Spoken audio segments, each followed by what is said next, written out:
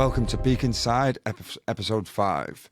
Today we've got Arky Jones and Leanne again. As we are, Personality Peak, a massive.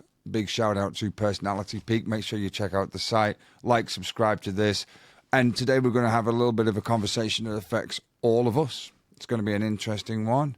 And that is, what type of mobile phone texter are you? So, are you someone that replies quickly, someone that delays the reply, someone that thinks about it first, someone that just fires back? There's so many different types of personalities in the small things that we do. It's been integrated so much into our life, the mobile phones as well, that we are having to develop our own methodologies. Doesn't mean there's a right or wrong one, just is what it is. But almost the entire world now has access to these devices, rightly or wrongly. And I mean that in the sense of our attention, our accessibility, the way that it's used to market to us, sell to us, track us, but we accept it because of the convenience. But this podcast isn't about that. This is just about what type of texter are you? So, Leanne, I'll just fire it straight back to you for this first question. How do you reply to text messages? What's your tactics? All right. Good morning, everyone, or good afternoon to wherever part of the world you are at the moment. So, welcome again to Peek Inside. All right. So, today's episode is all about different personalities of texters. So, I agree with you nowadays, since we're in this mobile era now, like most of the things are now being done on your smartphone and everything. I'm also part of that generation. So, as long as every time I have my phone with me, but it doesn't necessarily mean that I am on my phone every time as well. Not unless, of course, there's a spare time for me to, like, I really don't have any other thing to do but to scroll, do things, or play on my phone, or read on messages and stuff like that. But for me, my personality is that whenever I have nothing to do and it's just my phone and me and the world, I would be on my phone and you would see me reply like at once. But then if I am busy, like my mind is on other things. I'm doing other things as well. Usually I reply depending on the urgency of the message or who chatted. So if the message actually is urgent, then I would reply at once and then stop what I'm doing.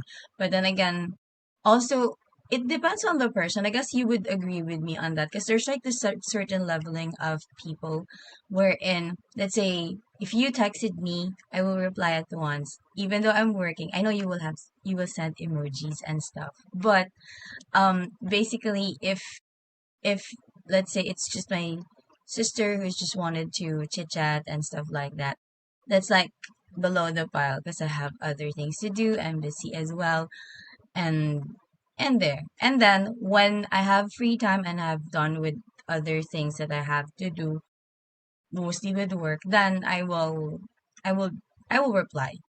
Mostly on like downtime, like when I'm resting and stuff like that. That's the most time that I will be really responding to messages. So there, basically, I think I'm like that. But I do not delay like a day before responding to a person. Perhaps hours would be the longest that I may be busy that I cannot get onto my phone. Not unless it's super emergency that I really have to check it. But usually minutes to hours or hour, then I can respond to you. How about you?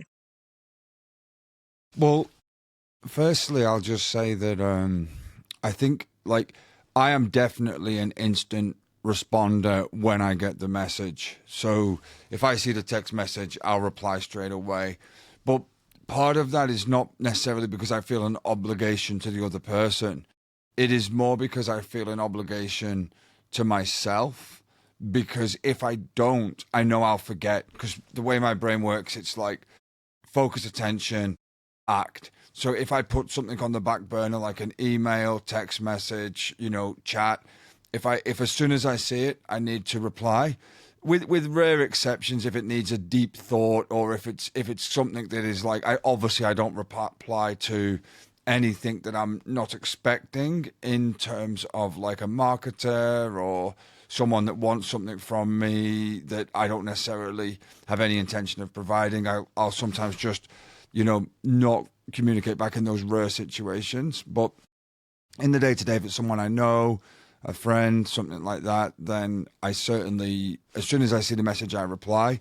And it's to do with my attention span, my memory, and my focus, and understanding that if I don't reply in that moment, when there's a message like signaler, like, there's the little circle thing with the number in it, how many messages are waiting, and then you click on it and reply. So I prefer that, and then it's out my head and I can move on with my life. Now, I will say that from listening to my teenage kids and early 20s kids, is that there is a whole power dynamic around like leaving people unopened, like showing it as read but not replying. They can all tell these type of things with the different apps that they use or the different things. And I'll be honest, like, Right. I'm a little bit too old to really understand any of that and pay attention to any of that. But I've definitely heard that there is some kind of there's a whole kind of power dynamic based around when someone sends a message and how they reply to that message. Have you ever heard about that before? Because it's obviously, I know it vicariously through the younger folks in my life, but that's not something that I would necessarily pay attention to. You mean the one that sent messages and then they've seen that they have read it and then there's no response after in different apps? Well, I just mean, no, the whole dynamic. The whole Well, dynamic, not just that particular set. Just like some of them will leave them unread, some will read and not reply. And apparently there's a whole power thing, like there's a whole thing around it with other people. Or they might see them active in another thread, when they've got like these groups and then, yeah. but they don't read their message even though they know they're online. So that's what I don't know. I don't know exactly what I mean, to be honest. But I know that it's a whole thing. Well, those scenarios that you mentioned actually were were really scenarios that's really happening nowadays, more so in this time. Wherein, on your example earlier on how you are as a texter, as a chatter, you would reply at once. Today there are this, as they call it, gaslighting tactics, wherein someone would really delay the response. There's also this iPhone user thing that I know wherein they long press the message and read it, but the other person won't see that you have read it. So so that's also one way. So I guess um well, in my own perspective, that I mean those traits that they're showing depend I mean on how they respond to messages would actually show how, you know, well, there's a positive for me. There's a positive and negative ways into looking into it. One, for the positive, is that they may be doing prioritization, like there might be different things that they're doing at the moment. That's why they are segregating like important and then less important and then least important people or messages to respond with. That is just a positive way of looking into it. The negative one is that there might be deliberately doing it because they feel like other people's message is really not important at all. And I know, I know that's kind of like a negative or hurtful feeling to actually get your message neglected, wherein you actually intentionally send that to that person for you to communicate or to converse, but then that person opted to not respond to you.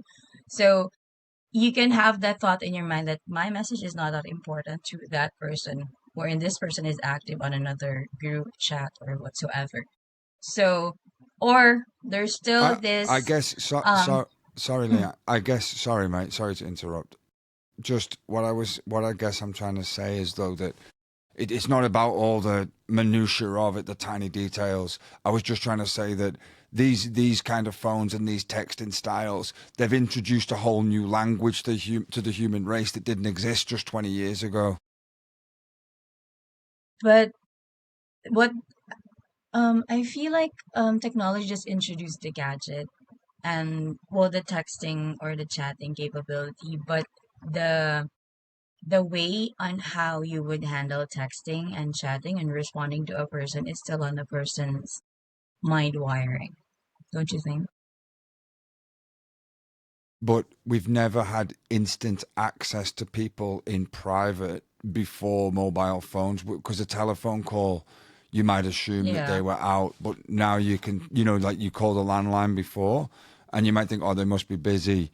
Whereas now, I think that especially where they like share location and have these different groups, I think that they're voluntarily submitting to effectively being tracked and stalked by their friends, where at the same time they've created a whole dynamic around messaging. I'm not pretending I understand it. I'm just saying that up until very recently, this didn't exist. Like I might have wrote you a letter, and you might have replied back 4 months later.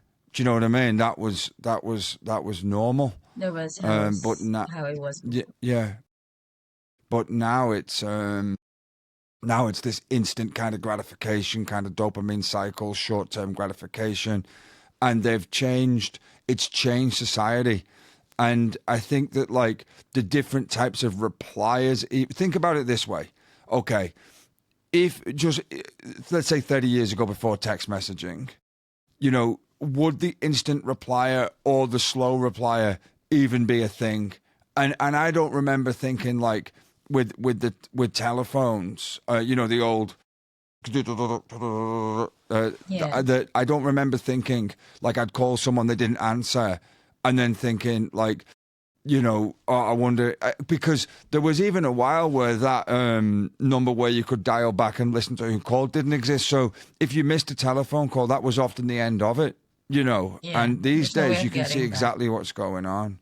So I guess what I'm saying is that what I wonder if we as humans have caught up with the addiction of communication and instant gratification. I wonder if there's been crossed wires there, because it's definitely changed people's personalities. And for us to even have a conversation around different types of mobile phone slash texters is it shows you that there's a cultural thing going on. Yeah, and I guess the technology has brought these dynamics that we are seeing today when it comes to the patterns of how people actually do texting or messaging to people.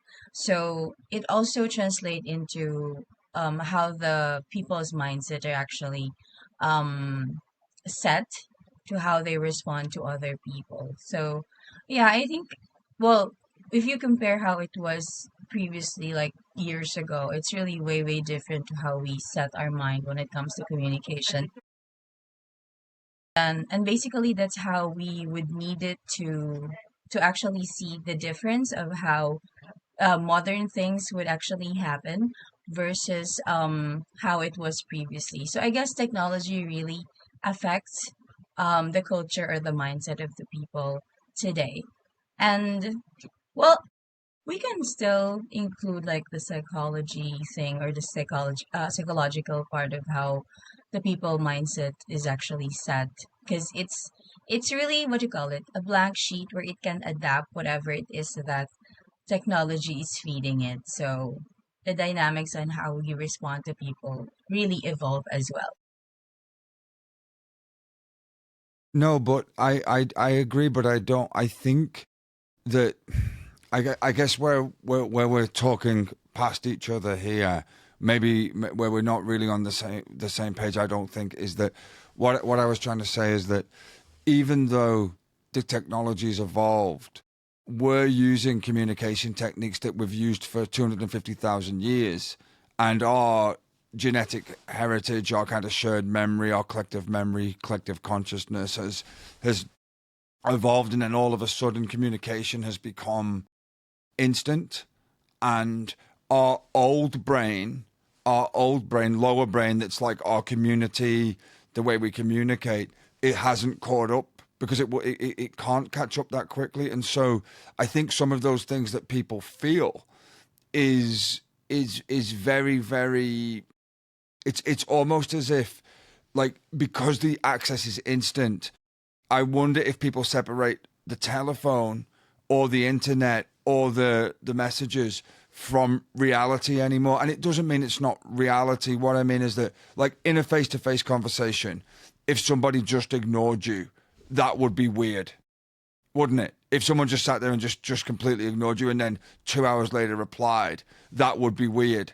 And until recently, we only had that way of communication. And then later on, I think it was Alexander Graham's Bell, we got telephones. And then later on than that, we got, computers, mobile phones, internet, more communication. And I think that the texting styles, I wonder if it should be taught in school or something, or, parents to children to kind of define what that means. Because let's put it this way. If you meet face to face or you talk to someone in real time, there's a certain etiquette that is expected. Whereas with the phones, like, especially if someone's read it and then replies 2 days later or doesn't reply, you obviously you can assume they were busy, they got tied up, they didn't prioritize it at that time. There's so many excuses that you can make, but at the same time, it is still a communication technique, and it is new because in other situations, if the same thing happened, you wouldn't maintain that relationship. If someone, you know what I mean? If I said something to you face to face and then you just ignored me for it would be weird. Yep, agree. And I guess my point as well is that even if the communication style changes and the technology has affected the culture of how people communicate with each other, it's still depending on the person who's responding to the message. Because yeah, I agree with you, we can always put it like in school setting to teach proper etiquette of communicating, whether it's face-to-face interaction or via the internet or the social media platforms of communication. We can always put that into that setting just to reinforce it to the younger generation on how to properly communicate with others, just like how it was previously, but now in the context of the modern technology that we have today.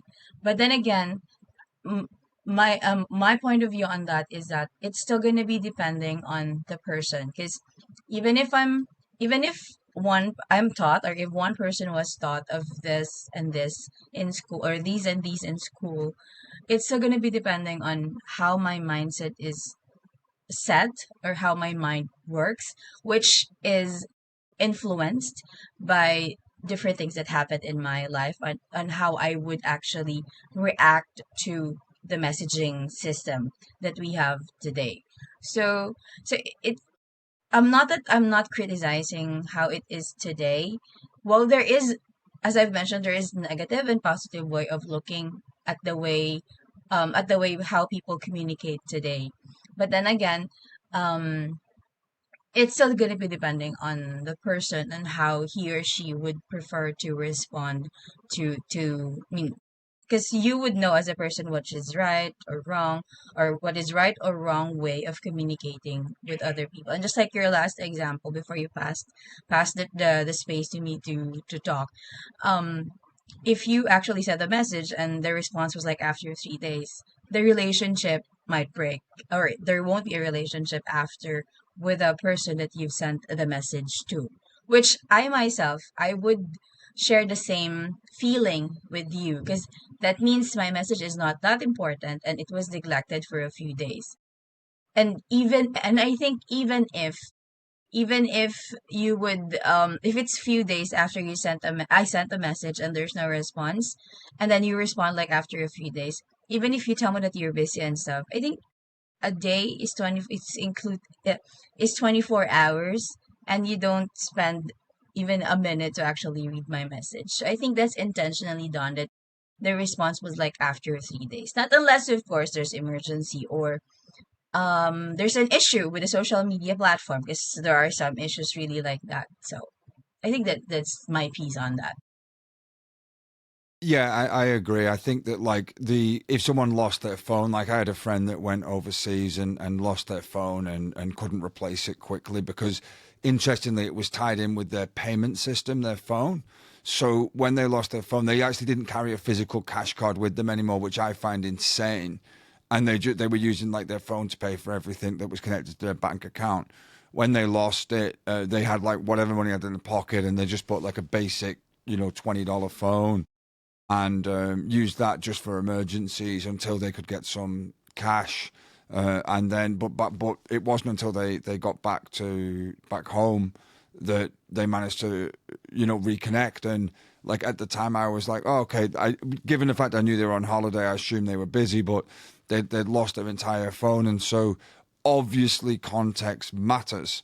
But I am in the same boat as you where, like, don't get me wrong, it's not just one and gone, because there is a chance they might miss that first message, or they might be one of those guys that checks it and thinks, right, I'll get back to it later when I can pay attention to this message and I can give it, the attention it deserves, and I can make a proper reply. And some, not everybody thinks like super quickly where they want, they're going to think before they speak, which is an admirable trait.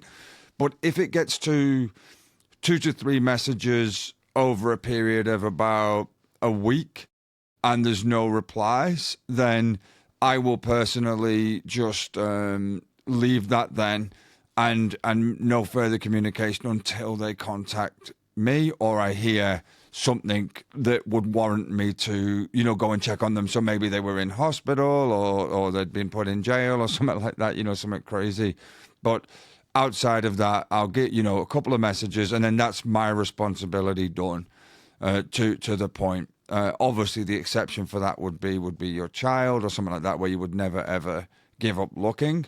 But short version is that in normal conversation, I expect a reply within a day or so, and if I follow up a couple of times, like 1 to 2 times, and still no reply, I assume that they're busy, but at the same time, that they have a responsibility, if they should choose to want to communicate, to get back to me. And then I push I don't take ownership for them. I just own what I can, and I make a choice not to contact anymore. And I've found that method to be quite suitable. But I think, just back to the comedy aspect of different personalities, I think that you've got the people that reply instantly. You've got the people that sit on it and reply, and reply later. And then you've got everything in between. But I think probably what I find the most fascinating is that people have formed entire personalities and personas around like messaging and control. And I do think that because in life a lot of people feel they don't have much control.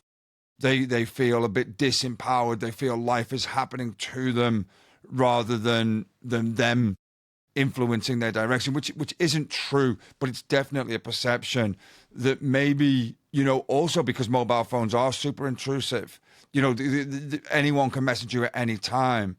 Therefore, I would argue that maybe some people are just trying to take a little bit of power back. Now, let me give you a quick example, and then I'll push it back to you. So when I go out jogging, I put my phone on. I might have the MP3 player, but I put my phone on to airplane mode so I don't get disturbed while I'm out jogging. And I try for at least 1 to 2 hours a day walk away from the phone where I cannot touch it. Like I cannot touch it. So, but as soon as I get a message, as soon as I open it, I generally do reply instantly. But there are times when I deliberately, actively don't have my phone, because I am acutely aware how addicting these things are, just in general, just in terms of scrolling and attention and focus, and being without it, I feel like a little bit better. And I would like to maybe detox even more, but of course our lives are also interconnected. But I do think at the same time that with texting, that you all of us have, We know each other. We when you know someone well, you know each other's message styles. You know what to expect. And I think maybe that's one thing, Leanne, that we can take from this is that once you get to know someone and you know their pattern, which comes back to personality peak, where we explore patterns all the time, Mm-hmm. that Yeah. once you know their pattern, that you can actually set your expectations based on that pattern. And it's when I think the problem is when that pattern changes, that's probably what causes the conflict. Yeah, because basically, when you already know a person and you know the pattern of how this person thinks or reacts or respond, then you would know there's this some sort of predictability that you can sense in them of what their next action would be. And it is really hard when you encounter them like, oh, there's a change of pattern, which is something that we cannot control. Because when it comes to a pattern in people, whether whatever it is that they're doing, there really a chance that there will be changes when it comes to how they usually do things. So that's something that you should be aware of as well, because you should not be like complacent that, oh, okay, so this person is like this, like this, like this. As they say, there's still character development after, like your character may change to a different thing after span of time. Like you've known a person for so long, and let's say you have lost contact with them for a few years, and then you know this person was this before the loss of communication, and then when you resume the communication with the person, you would see some different patterns, which of course that has been influenced by whatever it is that has happened in the person's life during the time wherein there is loss of communication. So you would know that you need to just be vigilant and be aware of the changes and respond to how the new pattern is. So it's really necessary that one would be observant of the pattern in people, to the point that it will actually help them communicate better or connect better with the person, because that's one way for us to create a good relationship with someone. Because if you know, not really like deeply know someone, like yeah, because deeply know someone, but basically on the extent wherein you would be able to create good communication with a person, which lead to good relationship as well. So, and with when it comes to as you mentioned earlier, you were the type of person wherein you actually have like a few hours of what do you call it, phone, no phone time. So I have my fair share as well of what I don't like, I mean, of what I don't like as a texter. You know, those one that actually sent in GIFs, like the short videos and stuff. And then when you respond, of course, you will react. You will react with your emoji, and then you will respond to it with something like, "Oh, it's funny," blah blah blah. And then you're gonna add, like you're trying to create the conversation because that person sent you a short video or a meme, and then they will respond with another meme, and I was like, okay, how can the conversation continue on that first meme that I was like hooked? And then you're gonna send me another one. I was like, okay. And then of course the conversation will stop. And then there's another type of texter that I don't, not really that I don't want, but perhaps, but yeah, let me just tell. So you were like engaged into talking to someone, and then you were like sending not really super long messages, but just normal set of conversational messages. And then they were like saying, "Okay, cool." That's it. There's no, it's like there's no emotion out. You were like, "Oh, I'm so excited to tell you this, blah blah blah." Oh, that's nice. Uh, okay. So what else should I respond to it? It's like a subtle way of ending the conversation and ending the enthusiasm in me to connect with you. So I was like, okay, stop. No, I won't respond anymore. Because what can you respond with? Okay.